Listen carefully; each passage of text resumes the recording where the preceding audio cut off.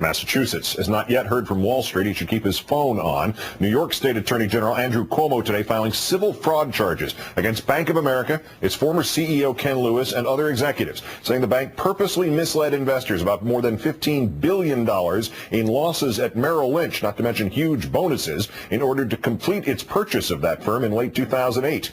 That Wall Street might still need reform in the wake of the near collapse of the U.S. economy.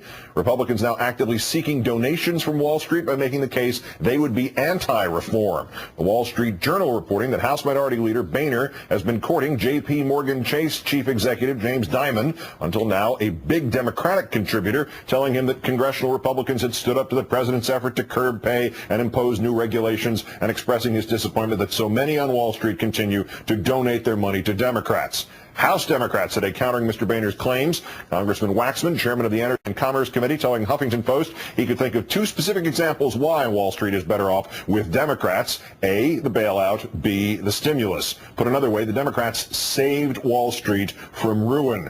Republicans are now pretending they did not vote for that bailout when they did. Well, they voted against the stimulus altogether, but they don't mind seeming to pose with the checks. Let's turn now to Congresswoman Debbie Wasserman Schultz, Democrat of Florida, Chief Deputy Whip of the House. Congresswoman, thanks for your time tonight. Thank you, Keith. The President made exactly this argument to Senator Lincoln in answer to her question at the Democratic Senate caucus meeting yesterday, that Republicans would begin arguing that we start doing what we did before the financial crisis, even though that led straight line, clear, bright line to the financial crisis. Has Congressman Boehner inadvertently proved the President's point today? Well, I think what the Republicans have been doing all along is signaling and telegraphing to the American people that the years and years under the Bush administration and their leadership, that there was no one minding the store, is perfectly okay with them. And that we can continue to hang consumers out to dry, and that they learned absolutely nothing from the collapse of the financial markets and the financial services industries. What Democrats under the President's leadership are saying is that we need to rein some things in. Not go all the way to one side and tip the balance, but establish some balance and establish some regulation so that we don't just leave the industry to their own devices. We saw what happened when we allowed that, and it really sent our economy careening off the ledge.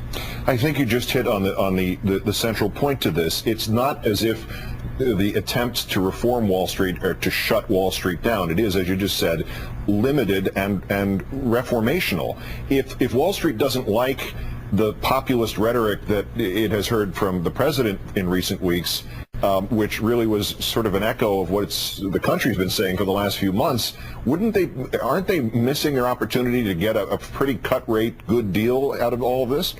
Well, it makes no sense to me that they wouldn't come to the table, and to be honest with you, I think a lot of the Wall Street leadership is willing to come to the table and have been sitting down with the members of the executive branch as well as our congressional leadership. It's the Republicans that seem to really be off the deep end here.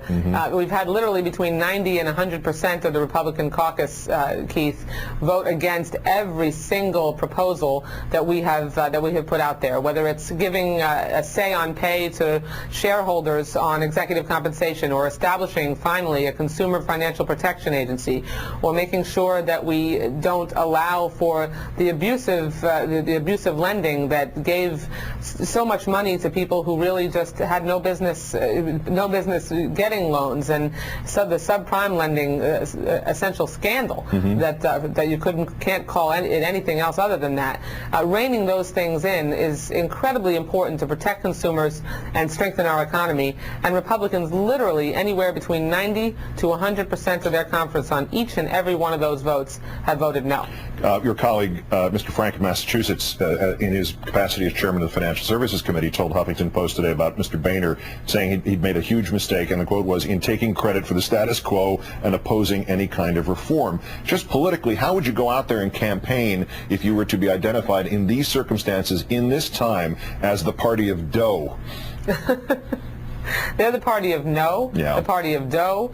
It's just unbelievable. I don't know how any of those my Republican colleagues could stand with a straight face in front of a crowd at a town hall meeting and say that they were okay and comfortable protecting Wall Street. That's what they're doing. The American people understand that we've got to establish some balance.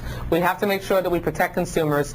We can't have banks that are too big to fail anymore. We've got legislation to make sure that we can dismantle banks and corporations like AIG when they run into trouble. We've got to make sure that we establish some balance and protect consumers and protect our economy from financial ruin, which the Bush administration caused, and we had to clean up the mess. The Chief Deputy Whip, Representative Debbie Wasserman Schultz of Florida. Great, thanks for your time again. Thank you, Keith.